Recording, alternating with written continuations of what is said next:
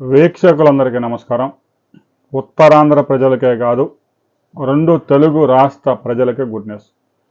విశాఖపట్నంలో ఇప్పటికే ప్రముఖ సాఫ్ట్వేర్ కంపెనీ టీసీఎస్ క్యాంపస్ పెట్టడానికి ముందుకు వచ్చింది. అందుకు కాపులపాడలో 20 ఎకరాల భూమిని రాష్ట్ర ప్రభుత్వం కేటాయించింది.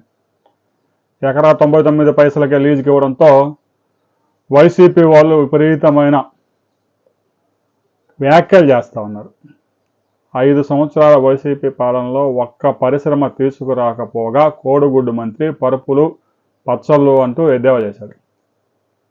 మనం గతంలో కూడా అనేక వీడియోలు చెప్పుకున్నాం. బెంగళూరు, చెన్నై, హైదరాబాద్, నోయిడా అంటే ఢిల్లీ, బాంబే లాంటి సిటీలు ట్రాఫిక్ నరకంతో ఉద్యోగులు ప్రతిరోజు 3 గంటల విలువైన సమయాన్ని కోల్పోతూ ఉన్నారు. అందుకే ప్రముఖ ఐటీ కంపెనీలు టైర్ 2 సిటీస్ అంటే 25 లక్షల పైగా జనాభా ఉండి అంతర్జాతీయ విమానాశ్రయాలు అందుబాటులో ఉన్న నగరాలను ఎంచుకుంటూ ఉన్నారు. రాబోయే 6 నెలల్లోనే విశాఖపట్నం సమీపంలో భోగాపురంలో అంతర్జాతీయ విమానాశ్రయం ప్రారంభం కాబోతోంది. ఇక ఈలోగా విశాఖపట్నంలో మిలీనియం టవర్స్లో ఇప్పటికే టీసీఎస్కు 2 లక్షల చదరపు అడుగుల స్థలం కేటాయించింది రాష్ట్ర ప్రభుత్వం అద్దె ప్రాతిపదికన. అందులో దాదాపు 12,000 మందికి ఎంప్లాయ్మెంట్ జనరేట్ చేయబోతూ ఉన్నారు.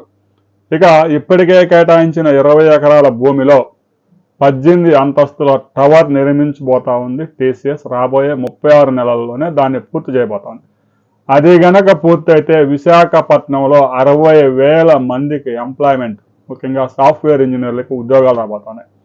ప్రముఖ కంపెనీ ఒకటి వచ్చిందంటే దానికి అనుబంధంగా పనిచేసే ఐటీఈఎస్ కంపెనీలు వందల సంఖ్యలో వచ్చే అవకాశం ఉంది.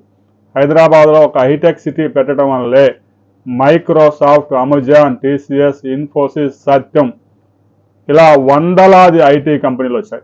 ఇప్పుడు హైదరాబాదు ట్రాఫిక్ నరకం, బెంగళూరు ట్రాఫిక్ నరకం, బాంబే ట్రాఫిక్ నరకం, ఢిల్లీ అదే పరిస్థితి, చెన్నై కూడా అదే పరిస్థితి.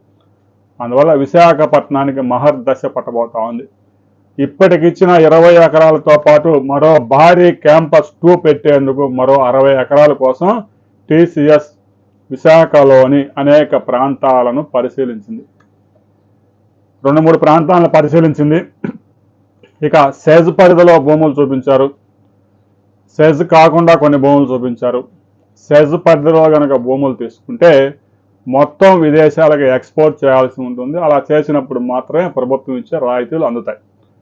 అందువల్ల సెజ్లో కనుక భూమి కనుక మాకు కేటాయిస్తే దీన్ని నాన్ సెజ్గా చేయండి. మా ఐటీ ప్రాజెక్టు కేవలం అన్ని విదేశాలకే కాకుండా దేశీయంగా అనేక రాష్ట్ర ప్రభుత్వాలకి, కేంద్ర ప్రభుత్వానికి పెద్ద ఎత్తున చేస్తూ ఉన్నాం కాబట్టి 100% విదేశాలకు ఎక్స్పోర్ట్ చేయడం సాధ్యం కాదు కాబట్టి నోటిఫై చేయాలి అని చెప్పేసి టీసీఎస్ చైర్మన్ కోరారు ముఖ్యమంత్రిని.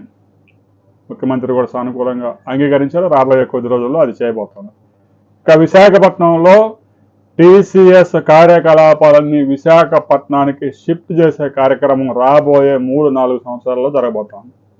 ప్రస్తుతానికి ఆ సంస్థకు అక్కడ కార్యాలయ స్పేస్ లేదు కాబట్టి రాబోయే 3-4 సంవత్సరాల్లో 20 లక్షల చదరపు అడుగుల స్పేస్ క్రియేట్ చేసుకొని దాదాపు 2 లక్షల మందిని విశాఖపట్నం నుంచి పనిచేయించుకోవడానికి టీసీఎస్ సిద్ధమైంది. బెంగళూరు, హైదరాబాద్ నగరాలు, ఢిల్లీ నగరం, బాంబే, పూణేతో పోల్చుకుంటే విశాఖపట్నంలో మ్యాన్ పవర్ కూడా తక్కువ రేటుకే లభ్యం అవుతూ ఉంది. ఇది ఒక ప్లస్ పాయింట్. రాబోయే కొద్ది రోజుల్లో విశాఖ ఐటీ రాజధానిగా ఒక వెలుగు వెలగబోతా ఉంది అనడంలో ఎలాంటి అతిశయోక్తి లేదు. టీసీఎస్ క్యాంపస్ 2 ఎక్కడ రాబోతా ఉంది అనే దాని మీద రాబోయే 24 గంటల కొంత క్లారిటీ వచ్చింది. క్లారిటీ వచ్చిన తర్వాత మనం మరో వీడియోలో తెలుసుకుందాం.